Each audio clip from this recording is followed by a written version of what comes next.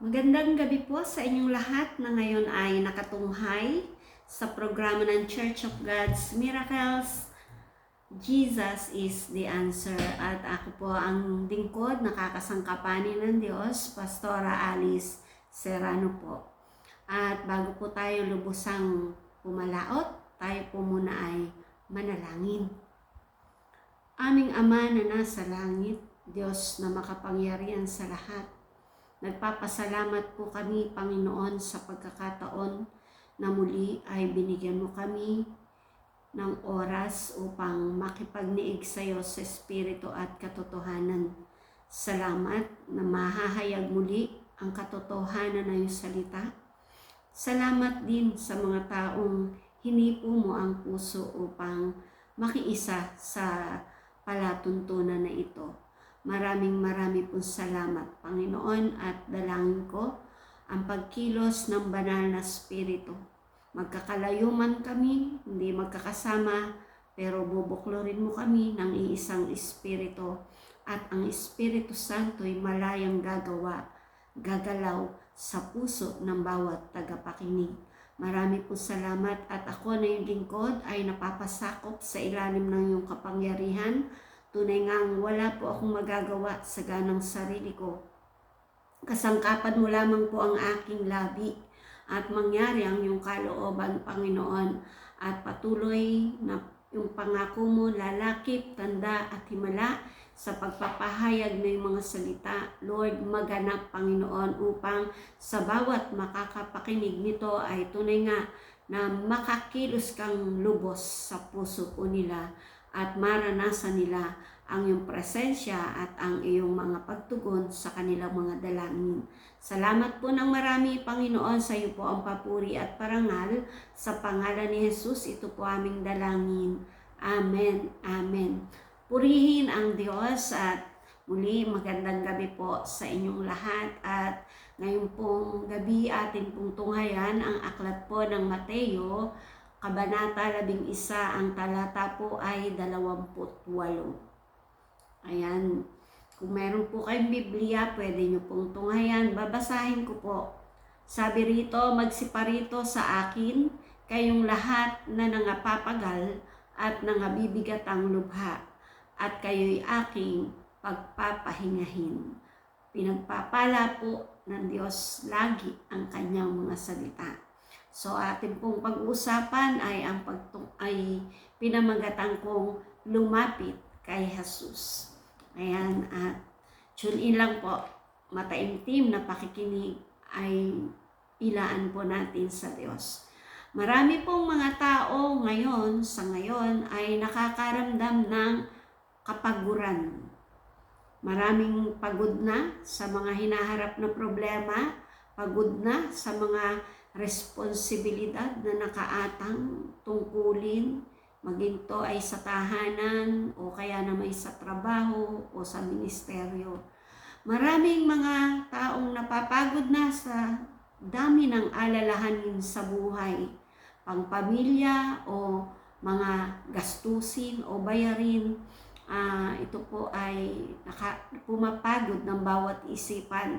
Marami rin na yung iba ay napapagod na sa paggawa ng kasalanan at nawa ito nga po ay kanilang maramdaman, no? Yung araw-araw na lang parang ang nagagawa ay hindi yung kalooban ng Diyos, kundi lalong gumugulo ang buhay dahil nga sa mga nakakasangkutan na hindi tama. At alam niyo po ba na meron ding mga tao na akala natin ay patawa-tawa lang, nakangiti, yung panlabas niyang kaanyuan, subalit yung puso pala ay sugatan na. Yan po ang mga karamihan na dinaraanan ng mga tao. Pero alam niyo po, sa ngayong gabi pag-uusapan natin ang mabuting balita na paanyaya ng Panginoong Hesus.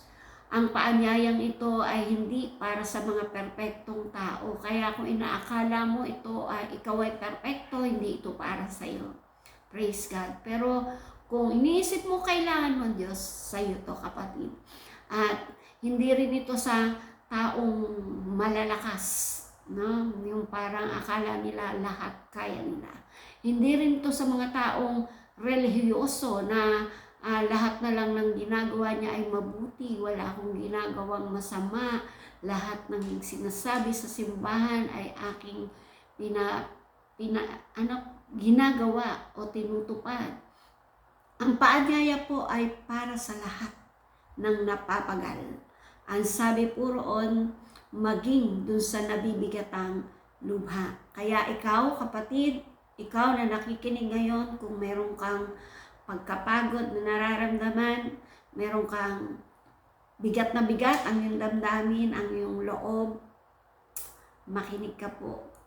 Ang sabi dito, ang paanyaya ni Jesus, lumapit kayo sa akin. Inaanyayahan tayo ng Panginoong Jesus.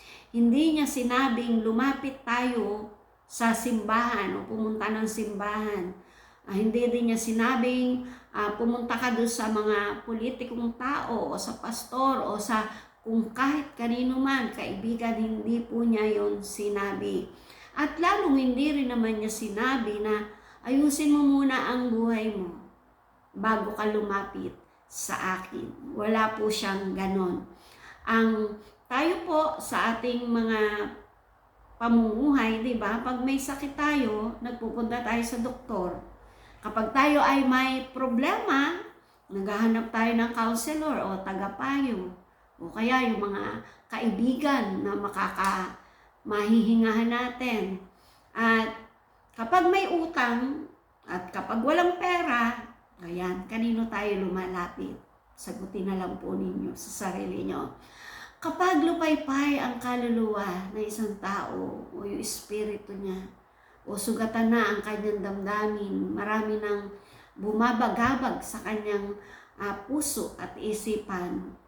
Mga minamahal, ang sabi po ng teksto, lumapit tayo kay Jesus. Sa aklat ng Hebreo 4:16, ang sabi po roon, magsilapit nga tayong may pagkakatiwala sa luklukan ng biyaya upang tayo'y magsipagtamo ng awa at mga kasumpong ng biyaya upang tumulong sa atin sa panahon ng pangangailangan.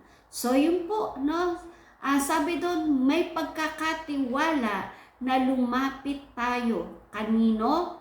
Doon sa mapagbiyaya. Sa Diyos na laging handang tumulong. Sa Diyos na mahabagin. Sapagkat tunay nga, kapag tayo sa Diyos lumapit, alam niyo po, hindi po tayo itataboy. Tatanggapin tayo ng dalawang kamay niya.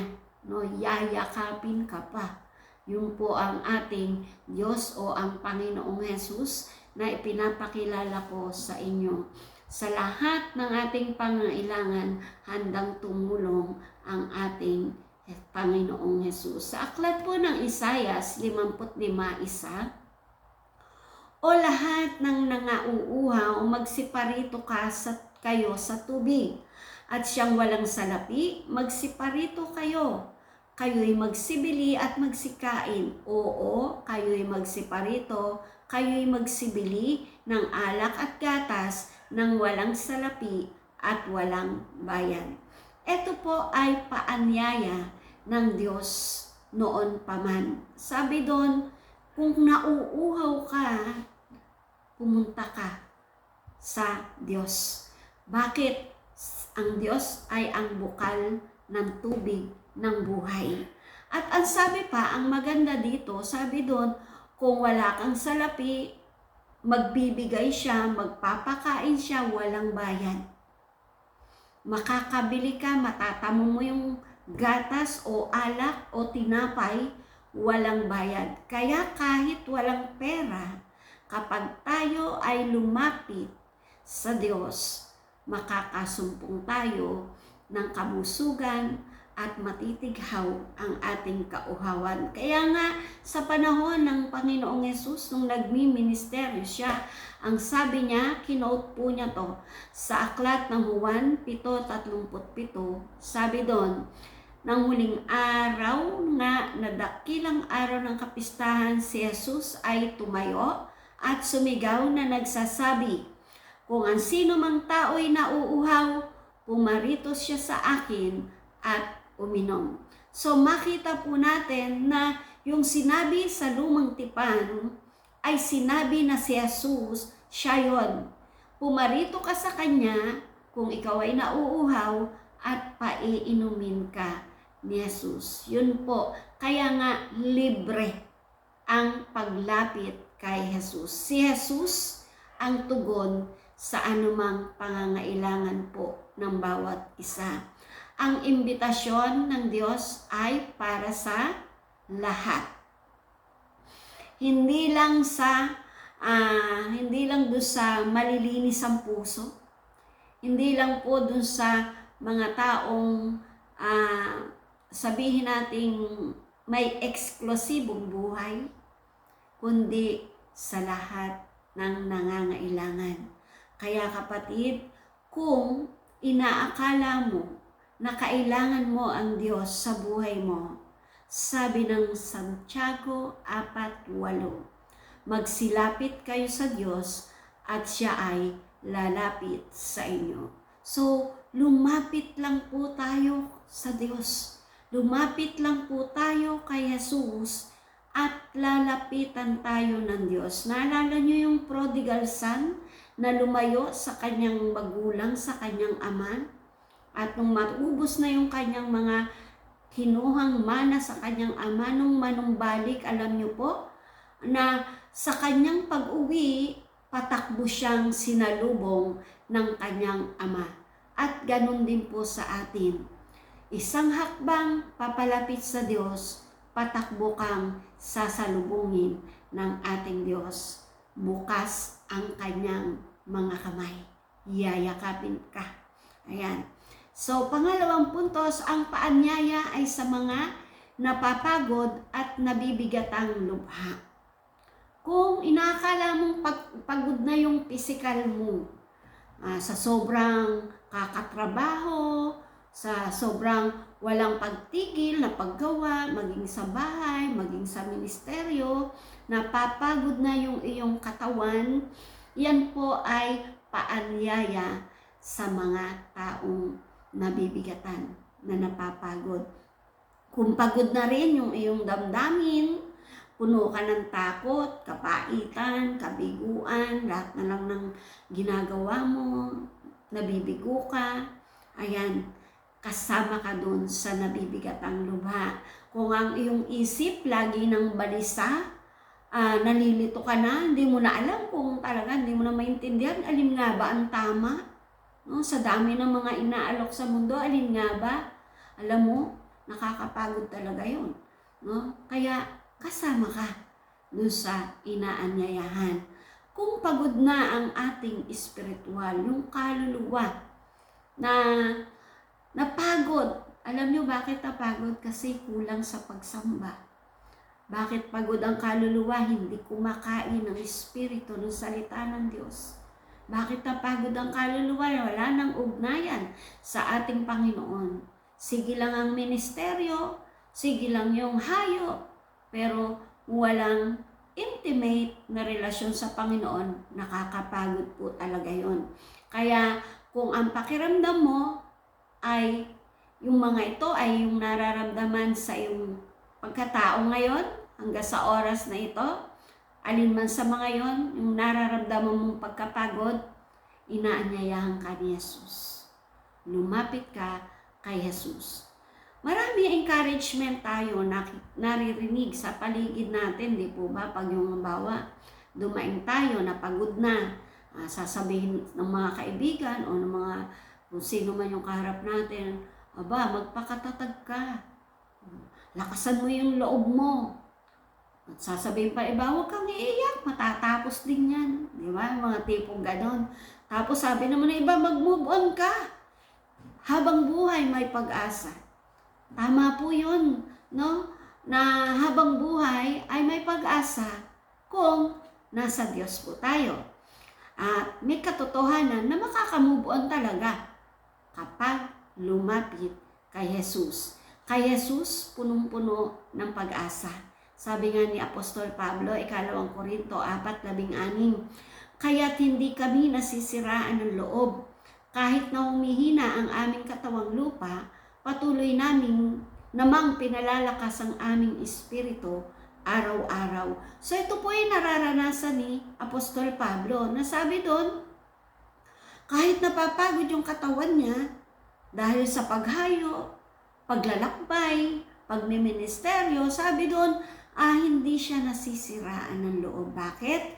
Kasi pinalalakas siya ng Espiritu ng Diyos sa araw-araw. Kaya kung lalapit tayo kay Jesus, alam niyo po, lalakas yung ating Espiritu at magmamanifesto sa ating mga pisikal. At sa awit 147 talatang 3, kanyang pinagagaling ang mga may bagbag na puso at tinatalian niya ang kanilang mga sugat. So makita po natin, isa po ito sa kaya ring gawin. Kanina pinalalakas ng Diyos ang espiritu ng tao. At dito naman ay sinabi, yung may bagbag na puso o yung may broken heart, yung depressed, yung sugatan, yung parang lagi na lang bigo. Ang sabi niya, pinagagaling ito ng Diyos. At ang sabi niya, kung sugatan ka, alam niyo pag may sugat, nilalagyan ng band-aid o kaya bandage. Ang sabi din ng Panginoon, pangako ng Diyos, tinatalian niya ang mga sugat ng mga sugatan. Ang Diyos po na ipinapakilala ko sa inyo, ang espesyalista niya, ang specialist siya sa mga pusong wasak. Lahat ng klaseng wasak, kayang buuin ng ating Panginoon. Ano lang ang gagawin? Sabi sa unang Pedro 5:7, na inyong ilagak sa Kanya ang lahat ng inyong kabalisahan, sapagkat kayo'y ipinagmamalasakit niya. So ito po, hindi ka makapaglalaga sa Diyos kung hindi ka lalapit, di po ba? So sabi doon, sa paglapit mo sa Diyos, yung mga nararamdaman mo, nakapaguran, kabalisahan, mga takot, alalahanin, ang sabi po doon ay ilagak natin sa Panginoon. Sapagkat pinagmamalasakitan tayo ng Diyos. Ang laki po ng malasakit sa atin ng Diyos. Ang laki po ng pag-ibig sa atin ng Diyos. Hindi niya nais na tayo ay nabibigatan lubha. Hindi niya nais na tayo ay napapagod. Ang nais niya, makaramdam tayo ng kaginhawahan. Kaya nga po, kung lalapit ka sa ating Diyos, alam niyo po, lahat-lahat na ilagak mo. Huwag lang yung, ito na lang kasi ito yung mabigat. No, kailangan lahat. Mabigat na dalahin, maliit mang alalahanin, ilapit mo sa Diyos kasi ang sabi sa awit 55 talatang 22, ilagay mo ang iyong pasan sa Panginoon at Kanyang aalalayan ka. Hindi niya titiising makilos kailanman ang matuwid. So ano sabi doon, di ba? Lahat ng iyong pasan, ilagay mo sa Panginoon. Hayaan mo siya yung magdala ng ating mga pasanin. At sabi pa, Kanya tayong aalalayan. Naalala niyo po yung footprints in the sand? Di ba? Lagi niya tuwing araw-araw na siya ay nakikipag-ugnayan sa Diyos, siya ay nakikita niyang yapak dun sa buhanginan ay 4. Pero nung sobra ng bigat ng kanyang nararamdaman, alam niyo po, nagtaka siya, 2 na lang yung nandun. Ang isip niya, hindi na siya sinasamahan ng Diyos. Pero ang paliwanag ng Diyos sa kanya, kalong nakita anak, kalong nakita. Ang yapak na nakikita mo ay aking mga yapak. So yun po ang Diyos. Yun po si Jesus na aking pinapakilala sa iyo. Kung sobrang bigat na ng iyong nararamdaman, kung sobrang hindi mo na kaya, kapag lumapit ka kay Jesus, tinugunan mo yung kanyang paanyaya. Ang sabi po doon, at kung ilalagak mo lahat ng kabalisahan mo, lahat, aalalayan ka ni Jesus. Kakayanin mong malampasan lahat ng iyong pagdaramdam, lahat ng iyong kabigatan. At sa paglapit mong iyon, ang sabi sa 3 puntos, ikaw ay pagpapahingahin. Tayo ay pagpapahingahin ng Diyos. Nagbibigay ang Diyos ng kapahingahan. Pinagpapahinga niya lahat ng napapagod. Anong klaseng pahinga ba ito? Ito ba yung patutulogin tayo? Ito ba yung dadalhin ka sa bakasyunan? Di ba? Pare-relax ka ba ng Lord? Bibigyan ka ba ng relaxation, massage, di ba? Hindi po yun no? Ang ibibigay niyang kapahingahan ay yung kapayapaan kahit na may bagyo. Kahit nasa gitna ng unos. Yung bibigyan ka ng lakas kahit na ang sabi ng iyong katawan ay nangihina ka. Palalakasin ka ng Diyos. At kung ikaw naman ay nagagapos na, nalulunod na sa sobrang mga problema, palalayain ka ng Diyos. Sa Isaias 40, 29 hanggang 31, sabi doon, siya'y nagbibigay ng lakas sa mahina at ang walang kapangyarihan ay pinananagana niya sa kalakasan.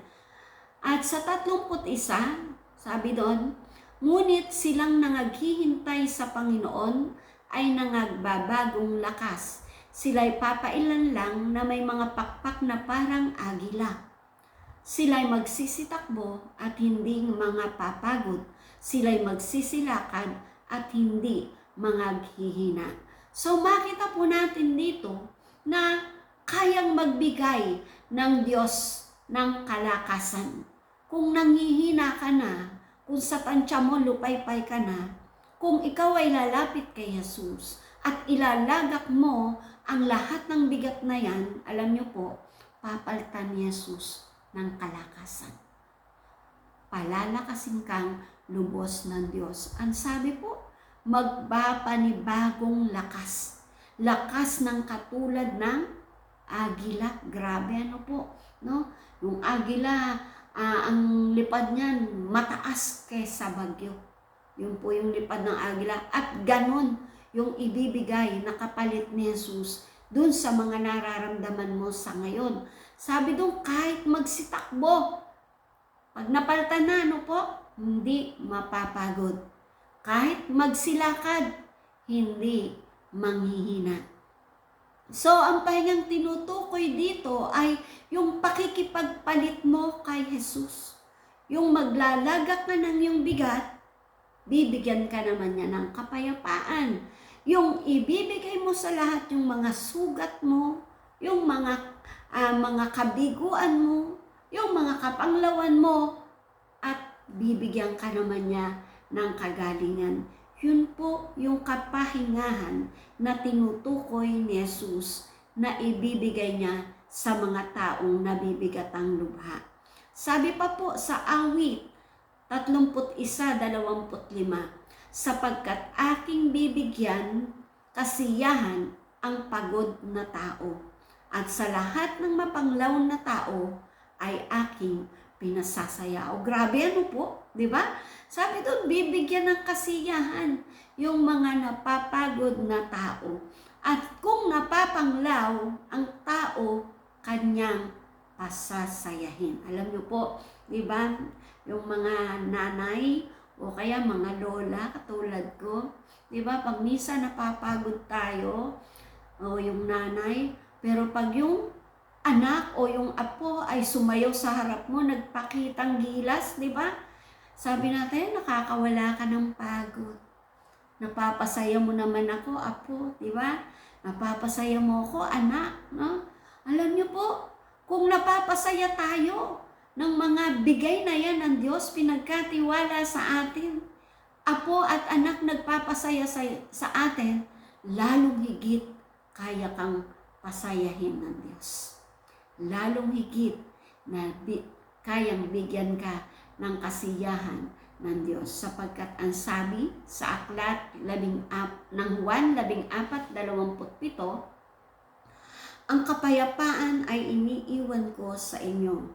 Ang aking kapayapaan ay ibinibigay ko sa inyo, hindi gaya ng ibinibigay ng sanlibutan.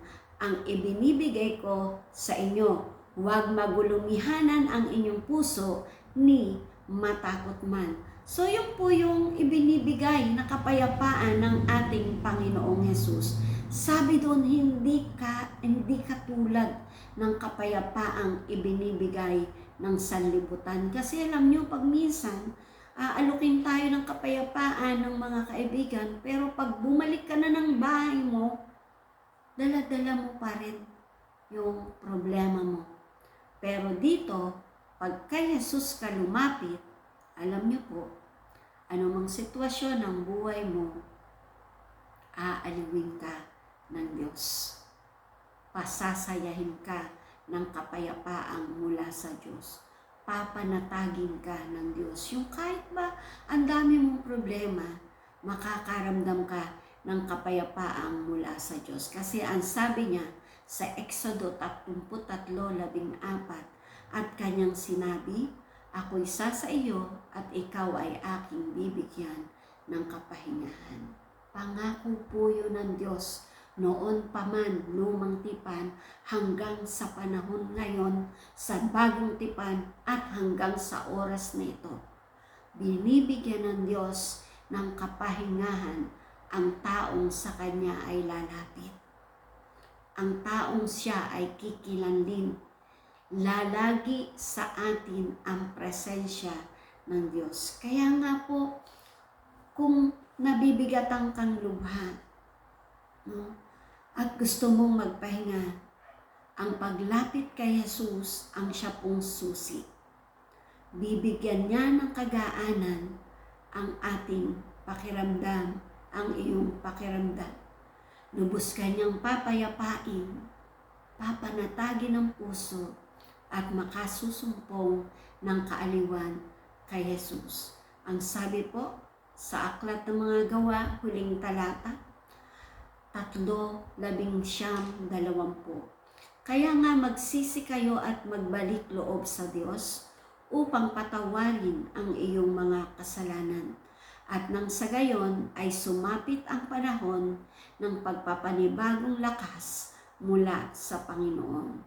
Susuguin niya si Jesus, ang Kristong hinirang mula pa noong una para sa inyo. So yun po, ano po ang galing-galing ng talata na to? Ano lang po yung susi? Lalapit tayo sa Panginoon. Magbabalik loob tayo sa Diyos. Pagsisisihan na natin yung ating mga ginawang kasalanan. Kikilanlin mo lang si Jesus. At ang sabi, darating sa iyo ang pagpapanibagong lakas mula sa Panginoon. Ang Panginoon ay si Jesus, na siyang hinirang ng Ama para matugunan lahat ng ating pangangailangan. Salamat po sa Diyos. Sa lahat po ng papuri, pagluwalhati ay sa Diyos. Tayo po ay manalangin. Aming Ama, salamat. Salamat po na sinugo mo nga po at hinirang si Jesus na yung bugtong na anak upang pumarito sa mundo magulo at tawagin kaming mga napapagod, kaming nabibigatang lubha. Ama, kilala mo lahat ang mga taong nakikinig ngayon. Kung sila man ay mayroong nararamdamang kabigatan sa puso, sobrang daming problema, sobrang maraming alalahanin, sobrang bigat ng karamdaman niya sa kanyang pisikal. Sobrang napapagal ang kanyang kaluluwa. Kilala mo po silang lahat. Patunayan mo, aking Ama sa langit, na ikaw ang Diyos na katugunan sa lahat ng nabibigat ang lubha. Abutin mo po sila sa lahat ng kanilang kalalagayan. Saklolohan mo po sila sa lahat ng kanilang pangangailangan. At iparanas mo yung sinasabi mong pagpapagaling, pag-aaliw, paghihilom ng sugat, pagbibigay kasiyahan, at pag-aalis ng kalungkutan. Salamat po, Panginoon. Salamat. Kilala mo ang lahat ng taong nakatunghay at maging ang makikinig pa nito. Gumawa ka po ng himala o banana spirito. Wala pong bagay na di mo kayang gawin.